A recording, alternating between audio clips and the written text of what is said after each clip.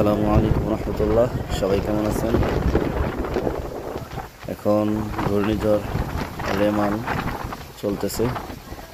তো এই ঘূর্ণিঝড় রেমানের মধ্যে কে কোথায় আছেন? আমি এই মুহূর্তে আছি মেঘনা নদীর পার, নরসিংদী রায়পুরা থানা। দেখেন নদীর অবস্থা, নদীতে প্রচুর ঢেউ। মোবাইলে তেমন বেশি দেখা যায় না। দেখেন নৌকাগুলোর কী অবস্থা। আর এই ঘূর্ণিঝড়ের মধ্যে দেখেন বালুর টলাগুলো যাইতেছে, প্রচুর ঢেউ।